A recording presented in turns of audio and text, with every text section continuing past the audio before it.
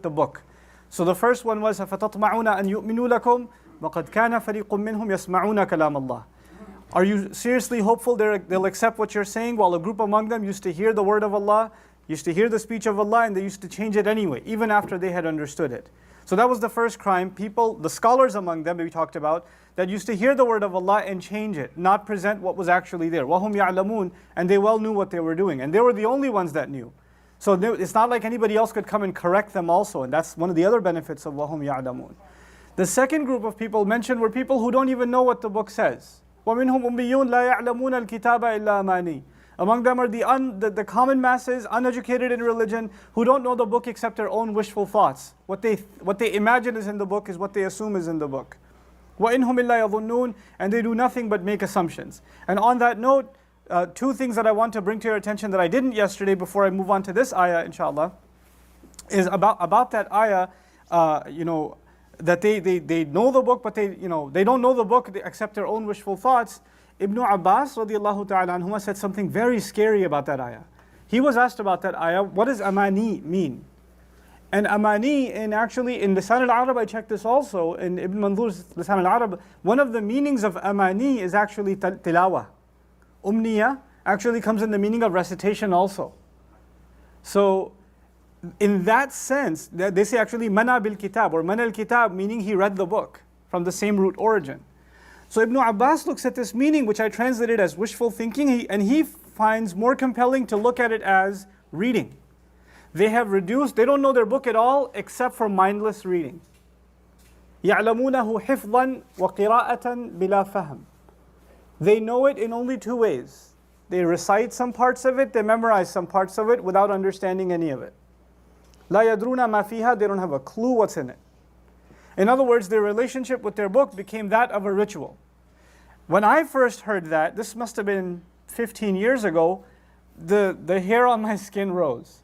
Because I come from a part of the world, Southeast Asia, the subcontinent, where we are raised, so many of us are raised and we're told, if you read the entire Quran at least once with a Qari Sahib, who's going to just make you just kind of read the Arabic words, and you go through it, and you know a couple of surahs like قُلْ هُوَ اللَّهُ أَحَدْ إِنَّا أَعْطَيْنَاكَ الْكَوْثَرَ, enough to get by in any prayer.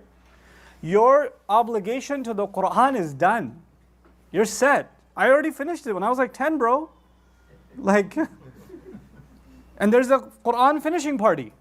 This kid finished Quran, which actually means he read the Arabic of it, one end to the other, and that's something to be celebrated. And then there's the next step of it, which is some more religious families in whom, and that's actually transpired here as well, so many expats and people from different parts of the world, I want my child to be a hafiz. Because if you want, we make dua to Allah, رَبَّنَا آتِنَا فِي الدُّنْيَا حَسَنَةً وَفِي الْآخِرَةِ حَسَنَةً. Well, dunya means med school, akhirah means hifz of Quran. If I have med school and hifz of Quran, my kid is set. This combination, you can't go wrong. And now the problem with that mentality is you have a huge population of young people that have memorized the entire Quran, and the vast majority of them have no concern for what it means, have no idea what it means, have never been told that the memorization was only supposed to be a means to a much larger end. Let me tell you, as a student of the Quran, one of the best things you can do for yourself is to memorize Quran. As a student of Quran. Why? Al-Quran yufassiru ba'duhu ba'da. Quran explains itself. You're reading something in Ali Imran, it reminds you of something in Baqarah because it's already in your heart. You didn't have to flip the pages to find it, it was already there. You're reading something in Surah Al-Shu'ara, it reminds you something from Surah Taha. And you connect the dots yourself because you're a hafiz. The purpose of memorization was so you could see how all of the book, أُحْكِمَتْ آيَاتُهُ ثُمَّ فُصِّلَتْ, how its ayat are tightened together, wound together, and then they're separated and explained. How it all comes together, and how these connections are constantly being formed. That was the purpose of the memorization of the Quran. The purpose of the memorization of the Quran was also that you stand in the middle of the night and recite, and enjoy the recitation, and just speak to Allah when you're reciting. You're reciting His words and you feel like He's talking to you. It wasn't about, perfecting your tajweed and sounding like the famous Qari, so you listen to his recitation over and over again so you can copy him when you lead Taraweeh. It wasn't about that. That was never the point. But we reduced our relationship with the book to a very artificial one. Even to the point, I personally, you don't have to agree with me at all, and I don't care if it sounds controversial, but this is the month of Quran, and if we don't say it like it is in this month, I don't know when we're going to say it. We say about children, or about even schools, this place we teach Quran. This place teaches Quran. It's a Quran school. That's not a Quran school, that's a memorization school. Quran is much more than memorization. Oh, we teach Quran here, which means we just teach the reading of Quran here. This is a Qaida Nuraniya school. This is a read the 30th Juz school. This is not a Quran school. Teaching Quran that's one little piece of teaching Quran. But teaching Quran means that you take people from basic reading to actually an internalization and a lifelong a journey of reflection. The whole thing. I'm not saying it's just understanding and not recitation, but to take a piece of it and then call that a Quran education and then turn around and say, my kid knows Quran. Really? Your kid knows Quran? Can I know what he knows? Can I hear what he no, recite something. And then you dare ask, what did that mean, child? What did you just recite? خُذُوهُ فَغُلُّوهُ ثُمَّ الْجَحِيمَ صَلُّوهُ. This kid is reciting beautifully. Grab him, throw him in hell, tie him in chains. And people are like, MashaAllah, oh. Subhanallah.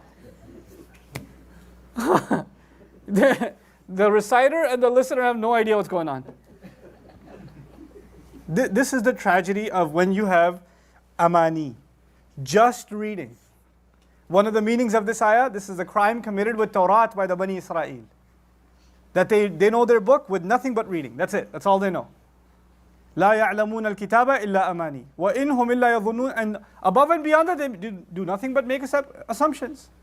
The other assumption that happens with that group of people, and then others also, and we'll see that in a second, is that they assume that because they fulfill these rituals, these ceremonies, that somehow they are the chosen people of God. Like these are the good people. They're better than everybody else, you know. And we create a culture in which we celebrate this kind of thing, and we give I think it's so unhealthy, especially for children. When children memorize Quran, it's something to be encouraged, something to be proud of. But at the same time, you don't turn those kids into trophies, and you don't say, oh, mashallah, mashallah, mashallah, sit in the front. And you turn them into this, like, make them feel like they're some kind of Dalai Lama sacred thing. They're not. They're just kids. You're messing them up. You're creating a self-righteousness in their minds that doesn't exist. And so this is done by the masses of people among the Israelites. And some of that disease has made its way into this ummah. إِنَّمَا يَقْتَصِرُونَ عَلَى مَا يُتْلَى عَلَيْهِمْ. Ibn Taymiyyah rahimahullah adds about that ayah. Their crime is that a lot of them don't even read the book. They're just happy that someone else is reciting it for them.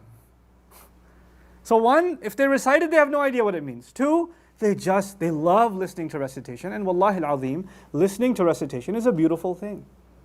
There's nothing wrong with listening to recitation. But if your relationship with the Quran, that's all it is, then you've got a very serious problem on your hands. Then you've reduced the book to amani. That was all of these things are supposed to be enforcement for the larger goal. How do you know what the goal of the Quran is? Let the Quran tell you itself. لَعَلَّكُمْ تَعْقِلُونَ لِيَدَّبَّرُوا آيَاتِ. So you can understand, so you can think deeply, so you can ponder. So this is what it's supposed to do. زَادَتْهُمْ so it can increase your iman. You hear the word of Allah and it increases you in iman because there's a picture being painted that you hadn't thought about in a while. And Allah refreshes it in your mind. So this was the tragedy of the common people. So the first challenge we saw with the book was people who edited the book. They changed what they heard. The second was people who reduced their relationship with the book to something artificial. The third is the worst.